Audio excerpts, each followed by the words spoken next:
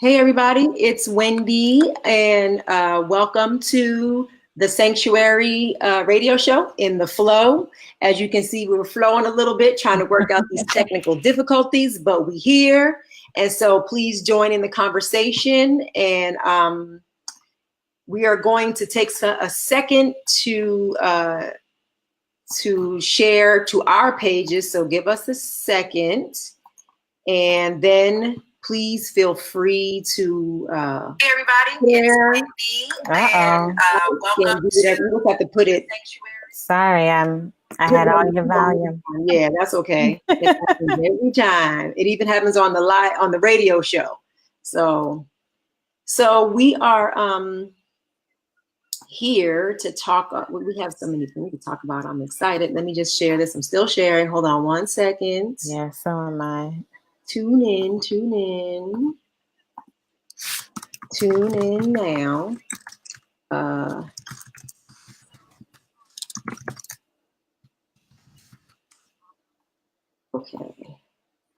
Okay, so we are here and I have Rebecca. Now remind me how to say your name. How do you pronounce your last name? Dupas. Dupas. Okay. Yeah. I should have known it was that easy, but I was thinking French, Louisiana. I didn't want to mess up anything. No, it's okay. I pronounce the S. Yes. Okay. So we are here, like I said, in the Sanctuary radio show in the flow, and I have Rebecca here. Now we have never met. However, I saw her viral video on Facebook, and the video was called Drippin, and she basically pretty much was speaking my life. She was telling my story in this 3-minute, 30-something second video, and it was about being a woman, an African-American woman or a woman of color in a corporate space. And so I have had a 25-year career in these different spaces. And so I was thinking about from the very beginning of me having a job in high school of how some of these things that she was talking about in this video were things that I experienced as a little kid working at the mall. So Rebecca, welcome, first of all. Thank you. And I want to read a little bit about your bio, but I love for people to be able to say who they are on their own terms. So Rebecca is a Louisiana native. She's an educator, a photographer, a PhD student. Okay, that's a lot. And an award-winning poet whose writing, performance, and contribution to the poetry community has been widely recognized. She's also the founder and creative director of A Dose of Dupas, which is an event-based poetry company that houses several live art events. And she has published 4 CDs and 2 books of original works. And her latest one that we're going to talk a little bit more about is called Not Without Black Women, because duh, nothing without Black women. Civilization would not be here without us. But exactly. So again, welcome. And so Drippin, let's talk about it. And how did you, when did you write it? And then how long after you wrote it, did you perform it that night? In terms of the bio, you've said everything. I have nothing to add to that. Okay. But about Drippin, I probably wrote it 2 months or so before I actually performed it. Okay. Maybe even 3, but it was something that I was holding on to. Honestly, when I first wrote it, I felt like it was too much. I felt like for me to enjoy my job and to want to be at my job, that I might not want to speak my truth, right? Which is a terrible space to be in. Absolutely. And as time progressed, I was thinking about how terrible it felt to have written something that I thought was extremely powerful, that my homegirl had heard and had fell in love with. And both of us couldn't wait for other sisters to hear it, to be holding on to it out of fear. Right. And so I had a drought really because of school. I wasn't really performing, but when people started inviting me back out to feature, at their venues, I was like, oh, this poem is coming up out. It's coming up out the pocket. And so really the ability to perform is what inspired me to share it. But for the longest time, I was a little unsure about whether or not I wanted to make such a bold statement, even though it was my truth. Right. And so, that's understandable. And I'm going to show, this is the bit.ly that you can go to look at the video, because it's amazing. And I'll also put it in the notes. And Brian says that joint is at 62,000 views and it's still going. And so I'm sure it will go even more once we finish this. But here's where you can find it. And then, like I said, I'll put it in the show notes after. But this is the thing. And so for anybody who's new to the Goddess Awakening and Healing Sanctuary, I created this whole movement and revolution and resistance is my part to the resistance. I vote it when I feel like it. And I do the things that I feel like doing that make sense for me, to make me feel authentic. And so, when you get the notes to write your congressman and go walk on the hill, those always don't feel authentic to me.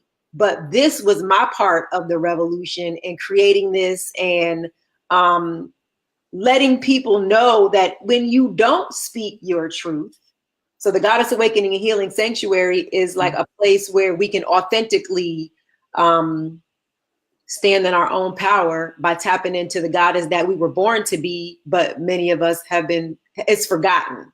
But when you don't speak your power, so you wrote this beautiful poem and then you were holding to it, which means you were holding it inside your body.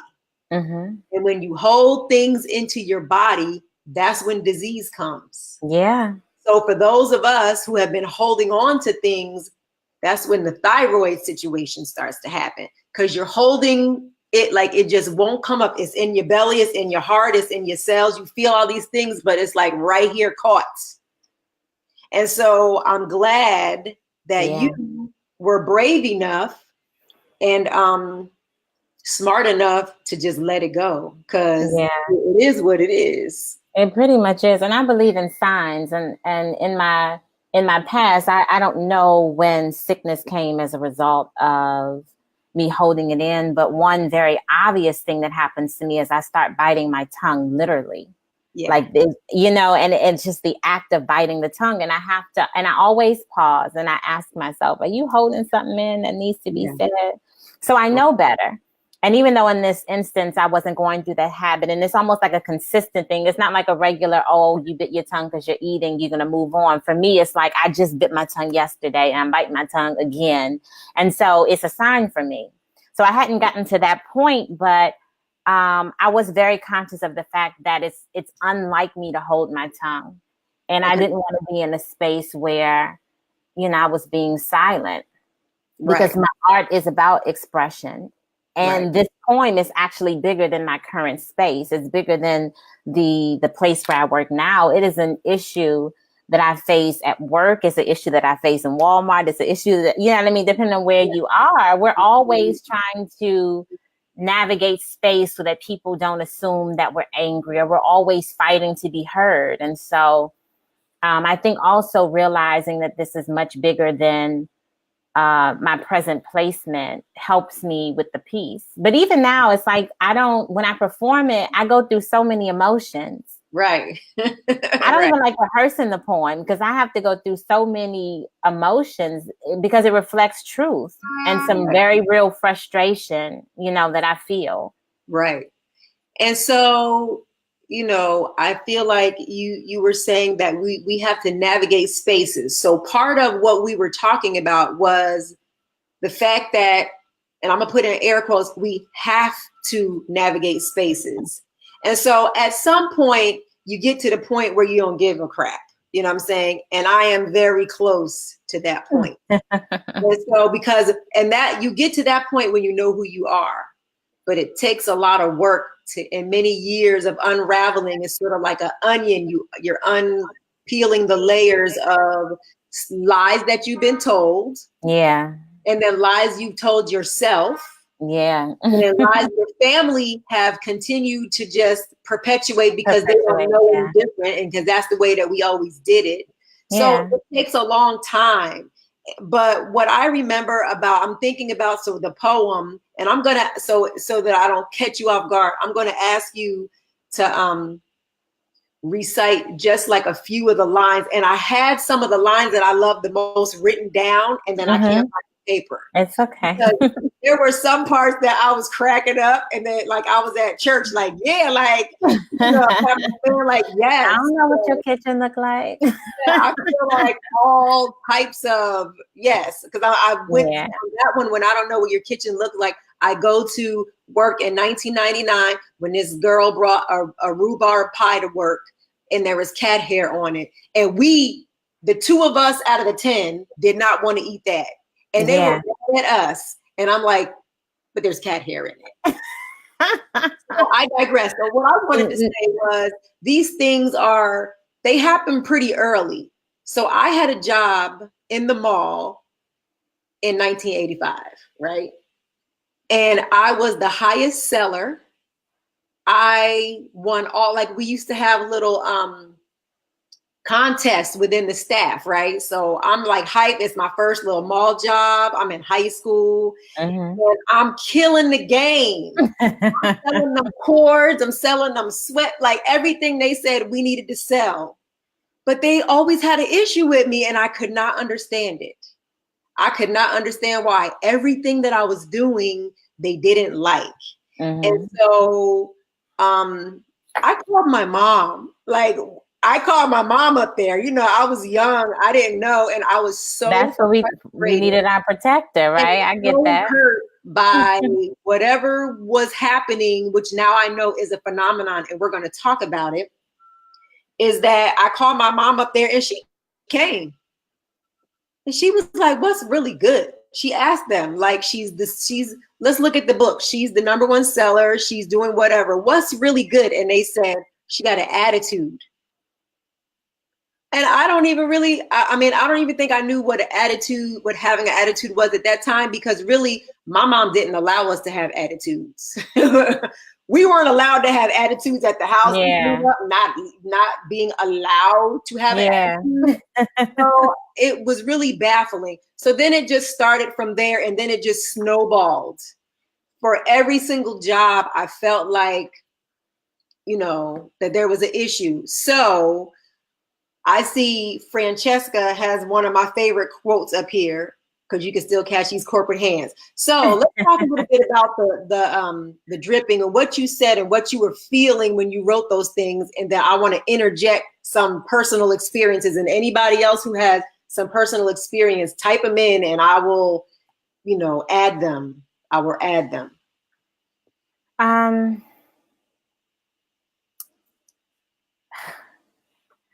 I'm trying to find a place to start.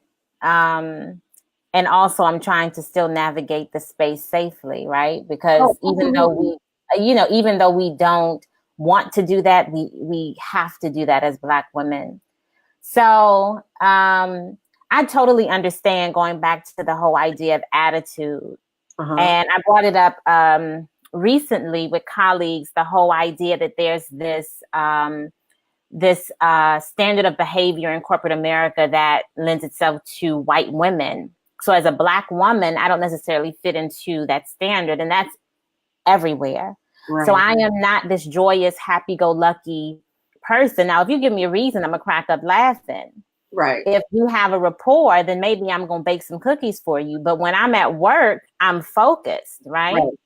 So me sitting there quiet is not the same as a white woman sitting there quiet. So her thinking and being contemplative is me being disengaged and me being angry. Yes. And so I've known that all of my life. Right. And so a lot of people will say, you know, you got to go along to get along. Mm-hmm. And I've actually been told, you know, you need to smile. And I put that in the poem. You need to smile. I'm not going to sit here like this just so that you can be happy with me. If I'm thinking, my face goes blank. And I should be able to do that without consequence because this is how the Lord made me, right? Right. But we definitely are held to different standards, and it's a very unfair standard. And I just refuse to play that game. If y'all not gonna change, I'm not gonna change. And if I have to consistently adjust to what is comfortable for you, I'm gonna need you to adjust to what's comfortable for me. Right. What led to the poem is, even though there's a lot of work references in the poem, what led to the poem, yes, has to do with my corporate experiences, because as a Black woman, I'm always experiencing my race. So I can have a good day where all of my woke colleagues have been friendly and have, included me. And I don't really have an issue with anything that's going on in the building. But because we serve the public, I can still be treated differently because of my race. Right. And I encounter people all the time that are interested in why I'm present, or maybe I have to prove myself to them first before they buy into the idea of me being included in the conversation, or even having the authority to assist them, right? So I'm dealing with that all the time because I'm never, not Black. Right. But what really has pushed me to think about race so much really is my dissertation. And It's not that I was asleep before I started, researching. I'm looking at white teachers in urban schools. It's not that I wasn't cognizant of race before then, but all of the articles I've had to read, all of the interviews that I've done that have centered around the experience of, ultimately the experience of Black and brown children in schools that have predominantly white staff, has just made me more aware of the relationships that happen across cultures and what happens when people are not cognizant of how their very being makes another person feel. Right. You know what I mean? Like, you have to understand that in this space, I'm Black, you're white, you automatically hold certain privilege. And if you're not cognizant of that, you're going to impact me in ways that you might not even intend to. And if you choose to ignore it, then you're now responsible for it. And so I've just been aware of that. And I feel like having some very real issues happen, and then having my studies focus so much on race, really birthed that poem. And then when I finished, I was like, ooh, do I really? Right. Are people going, am I going to experience backlash because of this? I'm not sure, but I'm a poet. Right. And I'm going to need the poet, I'm going to need to say some things because this is real. And then the reaction, honestly, unexpected. Mm-hmm. Unexpected. I was just sharing, like, the poem was cut off. We had the technical difficulties. Like, it wasn't even a pristine, image of the poem, but I was just like, it's my first feature in a while. Let me put it out there in case people want to be there. And then next thing I know, 2,000, 10,000, 20,000. I'm like, well, you know what? Like, this is a testament to the fact that this is real for Black and brown people. I can't even say in America, just in corporate settings in general, So let's talk about how real it is. So I did, on top of it was my life. I did some research on, like, what the numbers are, because, like I said, I have felt this for the last 35 years of being able to work, but not knowing what it was. So according to an organization called CocoNet, they say that when their data, so CocoNet has this really good infographic, and I don't know how to put it up. I've been trying to figure out how to put it up, but it's on the Goddess Awakening and Healing Sanctuary page, and I'll add it when when I upload this video. And I'm gonna look at it while you're talking about it. Yeah, it has a whole infograph, and the infograph pretty much said it shows you from the time you get there until the time you exit. So the white leadership welcomes you in. It's the honeymoon phase. The women of color feel welcomed, needed and happy. So that's the first stage of us women of color entering an organization, entering a workplace. And then the second part comes in, is called reality. And so it's repetitive in injury and little microaggressions. So the women of color points out that there's issues in the organization. She tries to work within the parameters of their structures and their policies. And then she's like trying to get somebody to be accountable for the things that she's feeling. Because then it goes to, you're not heard and you're not seen. And when you're seen as being aggressive. Because after a while, this stuff wears on you. And so that's the reality. And so then we get to the response. It's the denial of racism by the powers that be. So the organization denies, ignores, and blames. And the blame is on you. Because other people can be acting the fool. Like I've had experiences where other people were just acting the fool. I documented it. I saved emails, the whole nine. But still, I was the one who was looking like the bad guy. So, the responsibility of finding the problem, of fixing the problem, is placed on us, right? On that, yeah. And then people of color are pitted against one another, and that has happened, So that's the response. And then it goes to the target and the attack. So it's the retaliation. The organization decides that the woman of color is the problem. There's lots of meetings in HR and trying to figure out how to, get you hemmed up on some you open the wrong email. It's like all types of little tricks they got. If you're using their work phone or using their work computer, be careful. That's all I'm going to say. The organization labels the conflict as a communication issue. So guess who's the one who has the poor communication? And now in your poem, you talked clearly about that, about how they can use our slang and do whatever. And then, you're being ready to be PhD and all of our degrees and all these things don't even stack up because they don't accept it. And then you're claimed you're not a good fit, and then you're out the door. And it's just a cycle. So it's not just us in our minds. This is from Coco.net, and the name of the infograph is The Problem Women of Color have working in the workplace. And this was really from a private sector point of view, but it's all over. So what do you think about that whole infograph?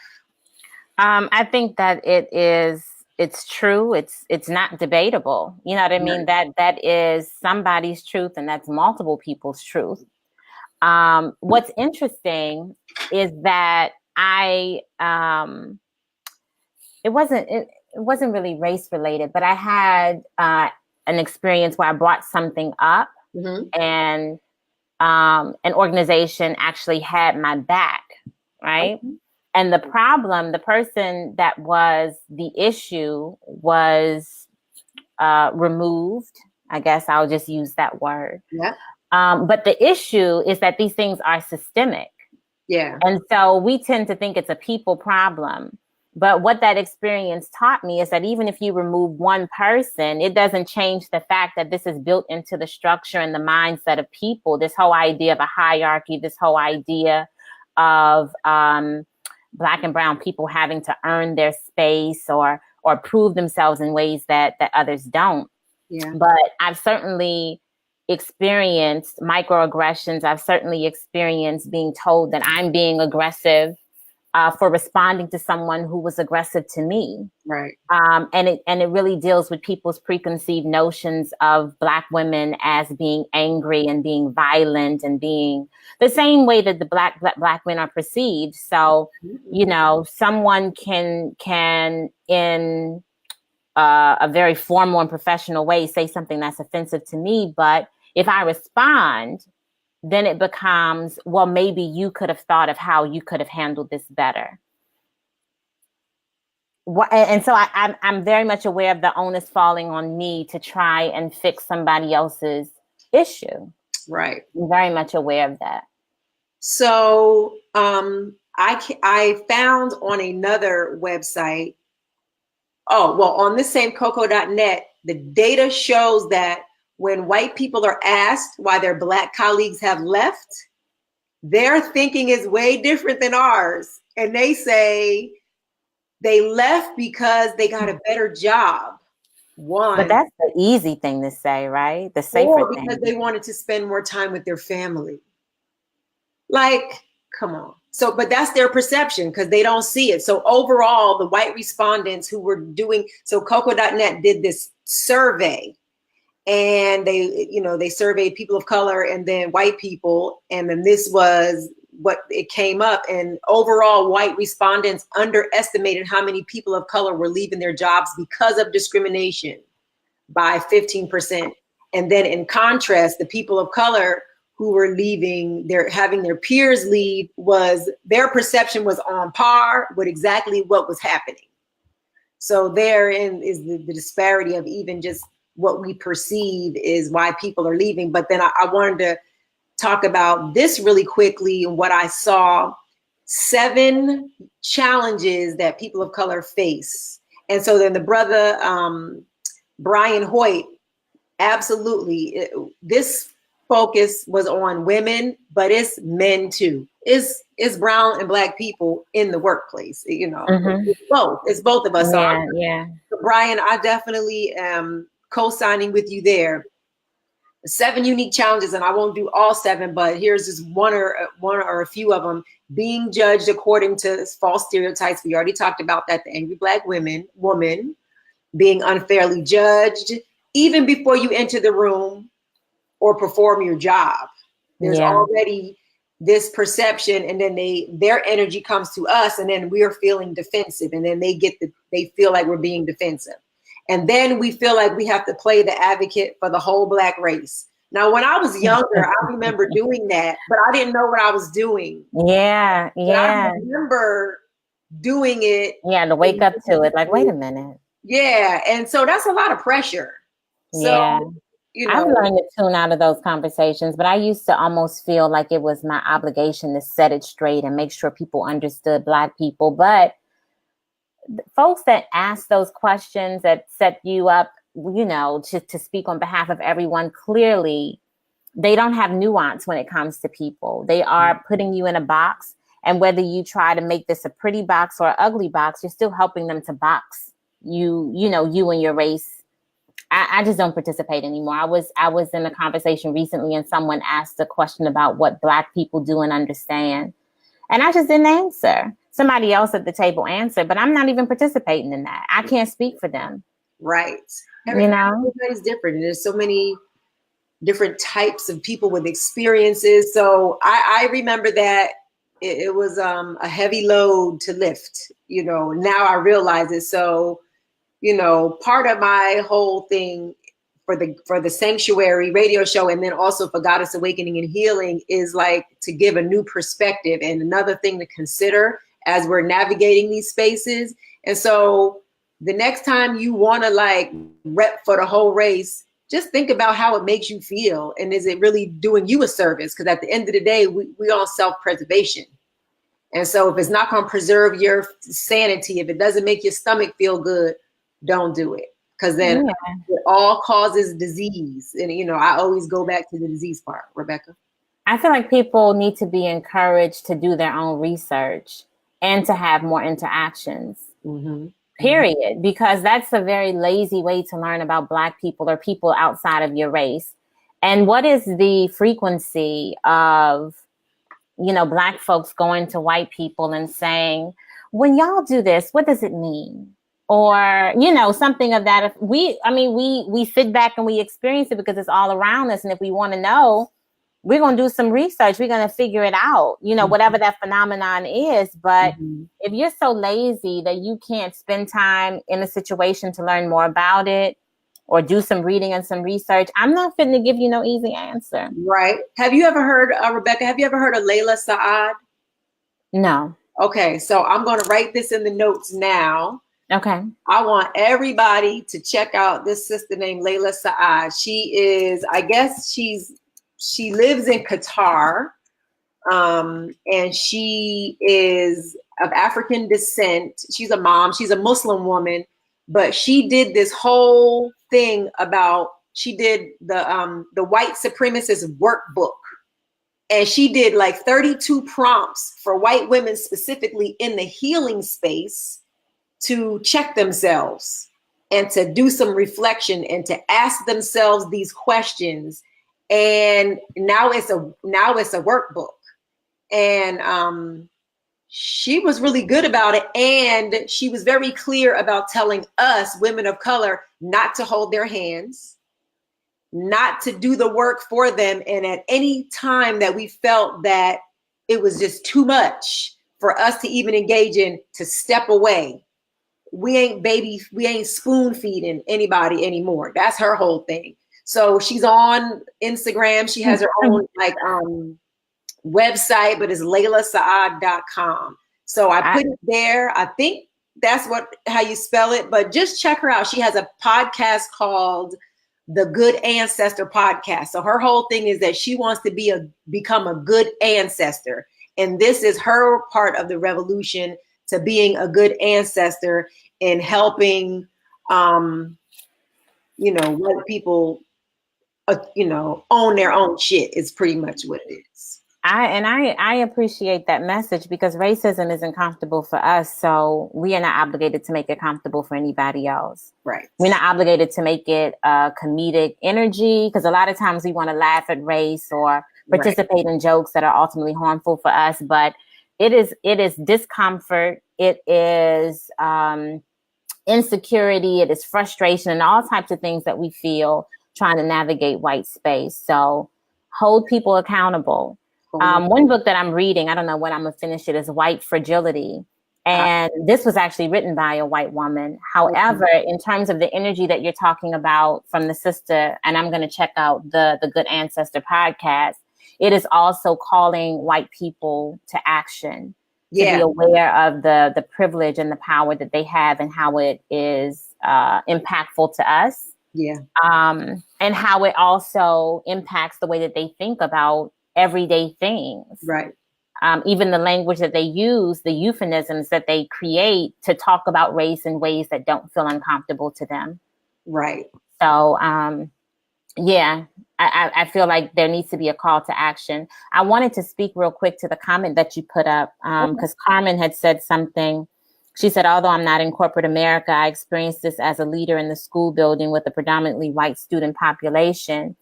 And what's interesting for you, Carmen, is that I felt that when we taught together in a predominantly Black student population, because it impacts our psyche as well. Like right now, we're talking about microaggressions from white America, but because this has been persistent since slavery in America, it has also impacted the way that we think about ourselves and the way that our children view us as adults and as authority figures. And I remember being a predominantly Black situation and seeing how some of the Black students automatically gravitated to the few white teachers that we worked with and respected their authority while they questioned ours. And so I can only imagine the flip side of that, working in a predominantly white institution where you're an authority figure, but you have to consistently prove yourself as such. And I don't know, I don't want to put words in Carmen's mouth, but I can just imagine that might be one of the things that, you would experience in that type of environment. Yeah, it's the total brainwashing of us to feel like they're better. And even little children think that the hair and the skin and all these things is better. So they just gravitated and then, the mama say, listen to that lady. Then listen to that white lady. Don't be going to school acting crazy. That happens. That's what mama say. Yeah, and think about what message the mom is sending, whether she intends to or not, by imparting that you better listen to her. And especially if she says to the white lady, I think that parents need to be respectful of teachers, but they also need to be able to challenge them when they're wrong. Right. And that type of verbiage sounds like there's no questions asked. And that's problematic because there's a lot of issues with education and how, children are made to feel about themselves. Right. And authority. So, and I'm laughing because I have a 16-year-old who's in high school and I have trained her to be an advocate for herself. And so she is one of a very small population at a school that's mostly Latin and Hispanic. And I would say, let's just say if there's 1,000 kids, which is like 5,000, but if there's 1,000 kids, there's like 20 to 30 African Americans throughout the 9th, 10th, 11th, 12th grade. So there's not that many. Yeah. And so those teachers in that administration, they kind of move a little differently than they would in the all white schools with resources and things like that. But the teacher was coming for my kid. And I didn't give her the speech of you better just whatever. I gave her the speech of make sure you right. But if she's wrong, then you check it. Mm-hmm. She checked her. She went to the office and told on her. And she wasn't the first student who had told on her. So now this lady is April now. So now she keeps telling my daughter, well, you told on me, so blah, blah, blah. And so I'm like, we're going to look at these grades, and I'm watching, because she was mad because my daughter, you know, I didn't teach her just to go with because the teacher said. And we had to put it into practice, and I had to be comfortable that she was going to navigate it. And then she had to know that I was going to come up there if I needed to, but I don't try to go up there unless I have to, you know what I'm saying? Yeah. So, you know, there's so many layers, and it starts little with the little kids in the classroom, you know, and then it goes all the way. And then here we are in corporate America. So just another few of these things that I wanted to talk about with these challenges. And then we're going to talk about your book, and we're going to talk a little bit more about the poem, and then just some tips on navigating this space for real. So remember, Papa Pope said, you have to be twice as good as them, right? So this is the third stereotype that is up on this, that came from The Corporate Sister. This was a website that I found called The Corporate Sister. And she had this 7, so I'm going to put that in the box. He had these 7. And like I said, I didn't do all 7. I'm not going to say all 7. But I wanted to just give you an idea that if you're experiencing this now, you ain't crazy. It's systemic. You just have to figure out how you want to flow and how long you want to flow. And so that's another part that I'm going to write down for us to talk about, because a lot of times we put up with foolishness because we afraid we ain't going to get no money, period. That's it. We put up with all types of stuff in spaces and places and with people because we're afraid that we ain't going to be able to pay the mortgage. So, but another thing that shows that women of color overstudy, overdo, overperform, and they're still the ones that get passed over for promotions, and even wind up finding themselves training people that then become their bosses. So yeah, I see you have a visceral response to that. Let's hear what you're feeling.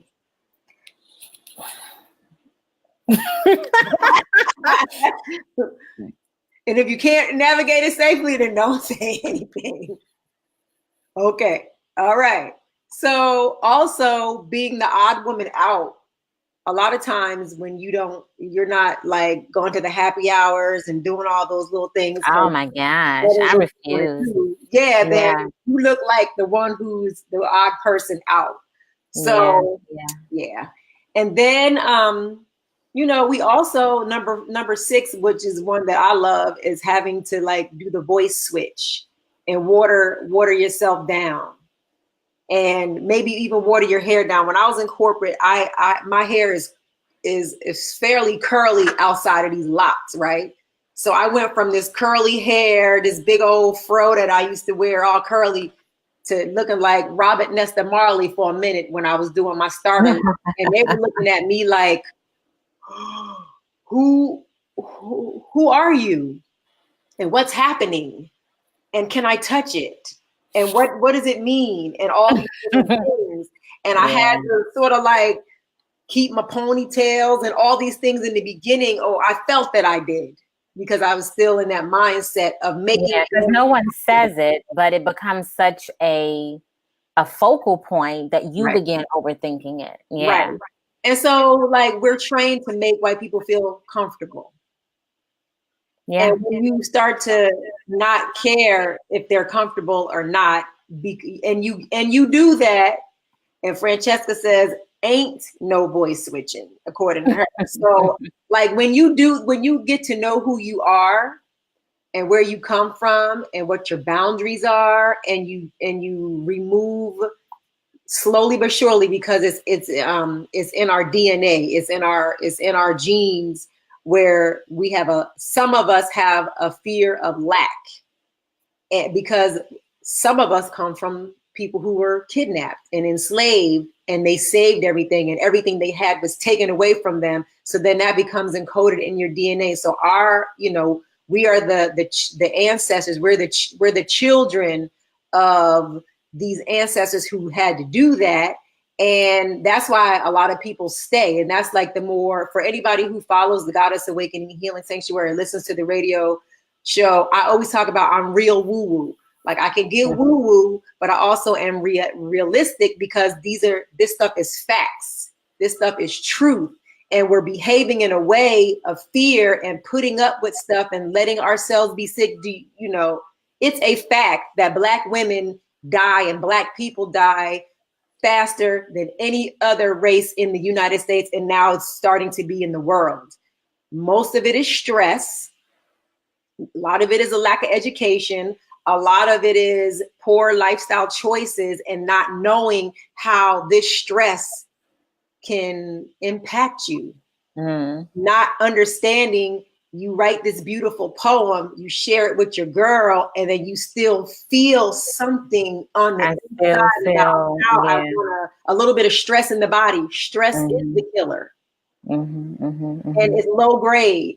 It's not that every day you stressed out. It's that little. And so what we go back to that infograph, they talked about the microaggressions. The little microaggressions. You could have one a day. That's 5. Right? Yeah. If you get it over a month, that's 20. And then your cortisol levels and your body is stressed out, and then you want sugar, and then you want carbs, and then you're on that cycle. And here you go with diabetes, pre-diabetes, thyroid disease, cancer, and all these other things, because that's what happens when you allow the stress to stay in your body. And I see my big sis on here. Hey. So thank you for saying this good stuff, Tawanda. So, I could get pretty deep with it, but I'm grateful that you put the poem out. So you're up to 62,000 now. What has been the response to you? What has come back to you? What have people been saying? I know I reached out and was like, can you be on my show? I'd love to talk about it. Well, since putting the poem out, I did book a couple of shows and a couple of, blog talk, podcast type appearances. And I'm really, really grateful for that. What has meant the most to me has been the inboxes that I've received from women thanking me for putting a voice to their experience or explaining to me. Actually, the woman that I'm thinking about right now came to me in person after a show to tell me that she didn't make it. She had to leave corporate America, and it was the best thing she had ever done, because now she was working for herself. But what's interesting is that when I was holding the poem, it was more so because I was probably in that space where I was feeling like it was just me. And there's also a level of embarrassment that comes along with it too. Man. And I think we got to speak about that, because that's what keeps us silent.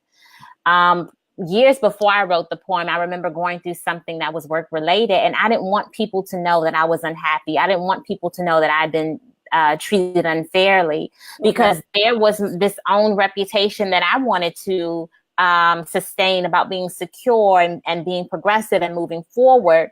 And then to admit that my director was trash was then to also have a reflection, on myself. So I remember keeping that to myself.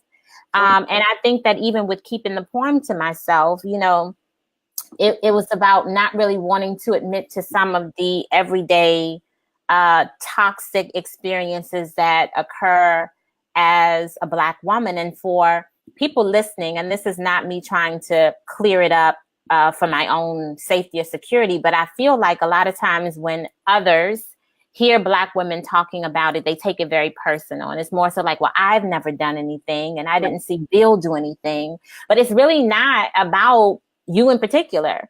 It is about the structures that we're forced to fit in that just do not support who we are and how we operate as people that are different in a white, corporate setting. Right.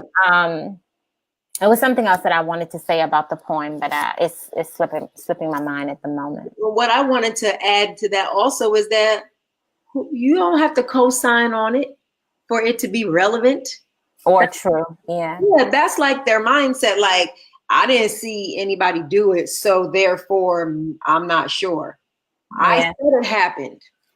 Yeah, I had a recent incident where I told a woman about something that had happened, a work experience, and she said, "Oh no, that couldn't have. I can't imagine anyone doing that." I don't really care what you can imagine someone doing. I'm telling you what happened, and I have absolutely no reason to make this up. And in hindsight, trying to explain it, I was telling someone when you experience something that is traumatic for you, and you have the courage to share it, what you don't have the energy for is then persuading someone to believe your truth. Right.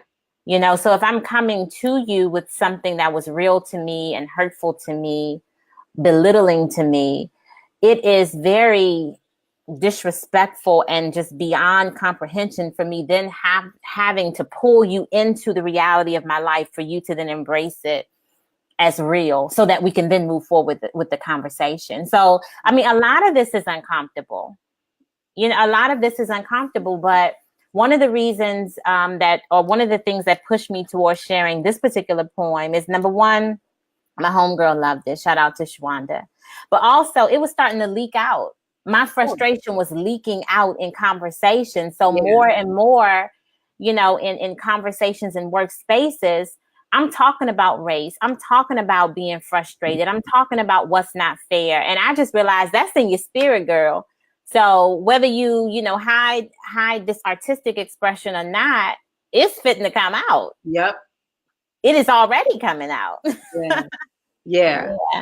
So now you're talking about, you know, you're feeling like some of the things that you were feeling is coming out. Is that what made you write your book, Not Without Black Women? Tell us about what that is and how you came to that. Yeah. So it's a couple of things. Someone contacted me and asked if they could have the text of the poem. And I was like, well, I don't really give out the text of my poems unless it's published. I was like, but I'm working on it. I work on something, right? So then I was sitting down trying to figure out, well, how do you do that? Like this quick response to this woman's desire, because in all actuality, I want people to have it. I want them to mull over it. I want them to break it down. I want it to be a conversation piece. Right. And I was thinking with the shows coming up, the few shows that I booked, there wasn't even that many, but it was important to me because I've been stuck in dissertation mode for years. Right. But with the shows coming up, I was like, you need a product. So I had gone online and I was 2 seconds away from paying for more copies of my book from 2012. And I said, nah, you ain't fitting to come out here with these old poems. Mm-hmm. Publish a book. Do that for yourself. People don't know it's common. it might not make any, you know, it might not even make any noise, but do it for yourself. So I didn't write any new poems for this book. The reality is that over the last 2 or 3 years, even while in school, I write every now and again. I just don't have the capacity to really memorize them. You know what I mean? So they've just been sitting in my notes and Word documents and my emails, whatever. And I was like, okay, let me pull together all my poems. And Drippin was the anchor. And so I was like, what do I call this? And Not Without Black Women has been my header for over a year now. I didn't even know that it was birthed in the Women's March. I had seen a meme. It was just all Black with white words. And I made it my header. And it's been motivating me and giving me strength to deal with all types of stuff in the world. Yeah. I was like, that's your title. Your title is Not Without Black Women. Your first poem is Drippin. And then, I mean, in a day's time, in a couple of hours, I was like, and you're going to have 3 chapters. The women, the world, and the wars. And that way you get to talk about relationships, because I write a lot of relationship pieces. And then you can bring in all these poems that you've written about Black people and the things that we experience, and the poems you've written to affirm yourself as a Black woman. Mm-hmm. And I just threw them things together. And Carmen actually is one of the women who read through, and Nicole, I don't know if she's still here, Lou, they read through the poem. Shwanda read through the entire book for me. And within a week or two, I just had this book. Wow. And I was like, this is my birthday present to myself, and I hope the people like it. And the response has been amazing. And I hope that it continues. Okay. So I think you just answered Carmen's question. She was asking the inspiration for the names of the chapters. Mm-hmm. So I think you answered. Did you answer that? Not the second half. I can see it now. I did read Native Son, and maybe somewhere in my mind that was planted the alliteration of fear, flight, and fate. But I do like alliteration to Carmen. And I was thinking about Not Without Black Women. I knew it was going to be about women. Mm-hmm. And I knew that I had these love pieces or relationship pieces, but I also had a number of pieces that dealt with violence in our community and the toxic news cycle and losing our Black men and all those other things. And so it just came. Okay. It just came, you know. And where can people get the book? So the book is available online at my website is RebeccaDupas.com. So I've set it up so that it pops up immediately when you go to my site, and you can just order it through a PayPal link, or they can contact me indirectly with, not indirectly, but they can contact me directly with whatever mode is comfortable with them. And I am just old school, in the streets, mailing these things out every couple of weeks. So right now it's very organic. So just contact me. Yeah. Okay, so I put the website up at the in the box here so that you can get the book. And I see my cousin Soror. Hey, cousin Soror, Virginia. Welcome to the show. Thank you for coming on. Okay, so now poetry as a healer, because at the end of the day, I'm always about finding ways that we can heal ourselves or start the journey. And so art is very healing and poetry is very healing. Tell me what you, how you feel about it and how you use it to support yourself and others. My mom introduced me to poetry. She and my sister were writing poems back when I was, reading The Little Hen or whatever the little books were they got me. And I was just amazed by their ability to make words sound so good. Mm-hmm. So my journaling became poetry, which is why most of my writing is so narrative. It became poetry around about middle school. And at that point, I was using poetry to deal with this big move from Louisiana to Maryland. Okay. And my mom and my dad splitting. Oh. And so for me, it's always been therapeutic, and it's how I make sense of my world. And that was true for me when I was in the 8th grade, and it's true for me now as a professional businesswoman, a continuing student. It's really me sitting down and trying to make sense of my feelings and coming to grips with my present. And so that's how I treat it. Without poetry, I would be mad. I'd be angry. I would be confused. I can think of a lot of negative emotions that would exist if I didn't have this ability, thank you God, to just write through what I'm feeling. Yeah. Because without me putting words to my emotions around dripping, I could imagine my work days being tough. Yeah. But because I've spoken it, in many ways, I've let parts of those, that frustration go. It doesn't mean that I'm complacent, but it means that I've let out this thing that has been bothering me in some way. So yeah, I love it. And that's your Louisiana love. So we get that's my cousin here. We're getting love from our family. Yeah. And then I see my girl Sabrina is on here. Hey Sabrina, thank you for joining. And Francesca hits the nail on the head here, the therapy of it all. So the way that you write poems, for those of us who are not as inclined, because I never was good, I was so basic with mine, but journaling. And that's what I tell my clients. So I'm a health coach. And that's what I tell my clients. Journaling is one of the ways that you can do what Rebecca is talking about, is to get it up and out. Because the main thing that we want to do is get our emotions out, because that's what they're there for. Emotions, the emotions of love and fear and hate and anger and all those things, they are actually very normal human emotions. What happens when we the rub lies in when we are not able to get it out. So they call it an emotional discharge. So not being able to emotionally discharge at the time when the thing happens causes us problems, because then we can suppress it. So say something happened, you got angry, and then you better not utter a word. So what you do is you swallow it. And then it happens all the time. But if you're just able to say, dang it, say a curse word, stomp your foot, you know, call your girl and just go off, call your husband and be like, yo, this is what happened. It's an emotional discharge. You get it out. Go on with the rest of your day. And that's healing and that's healthy, because we suppress if it's bad or if it's considered angry or we're considered sad, then we're trying to so busy fight those things from being, and not just understanding it's a normal human response, and we can get it up and out. You know, then the ones who don't get it up and out are the ones who go shooting people up, because then they're pent up and then now they just can't take anymore.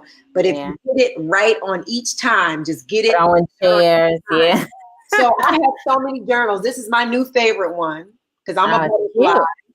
And I love yellow because I'm learning to be more feminine, and I love purple, right? So I just write stuff down. I have so many journals.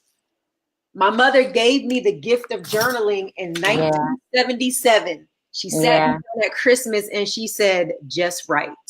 As you can about whatever. So it has evolved. It used to be the boys are cute at the mall, at their skate room.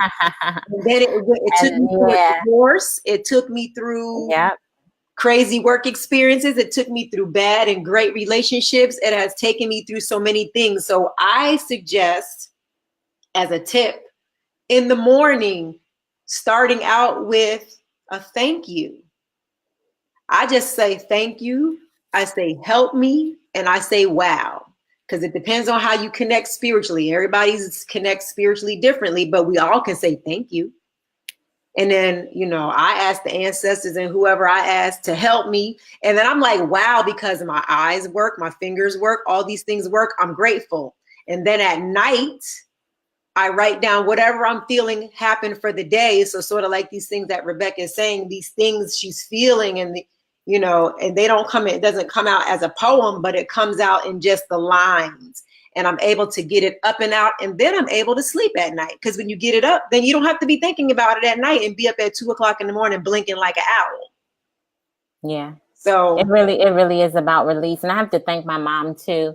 Actually, all of my life, I get journals as Christmas presents, birthday presents, because I like to write. I don't journal as much as I used to.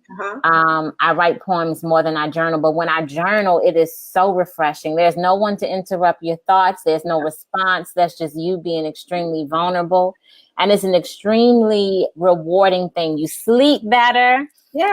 It's you know, and it's one of the reasons, like I say a lot on Facebook, right? And it's because I'm used to journaling. So I'm very vulnerable and personal. But the difference is that with Facebook, you run the risk of somebody saying something stupid in response to you getting your thoughts together. You know what I mean? So if you can deal with that, if you don't mind that, people's opinions and people's need to be witty, okay, that's cool. But imagine getting it out without the conversation, without anybody imposing on you.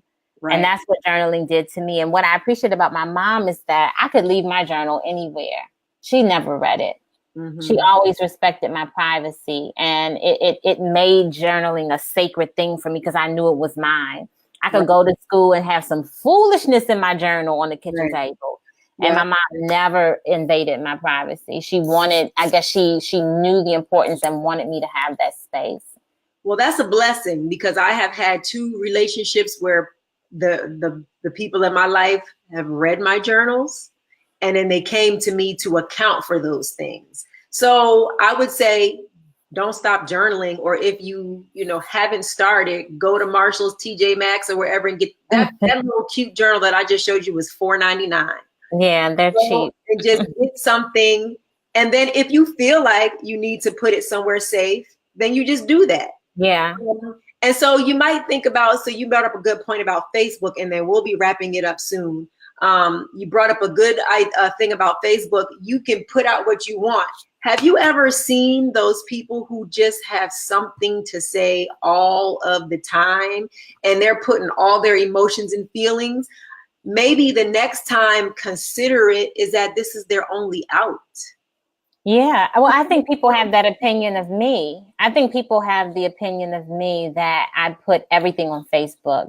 Those people clearly don't know me because there's so much that I don't put on Facebook. Right. But I respect people's decision to use Facebook as a means of expressing themselves and dealing with their emotions. Mm-hmm. The issue is that the world is not as compassionate as we want them to be. Right. And that people sometimes will take your information and use it against you.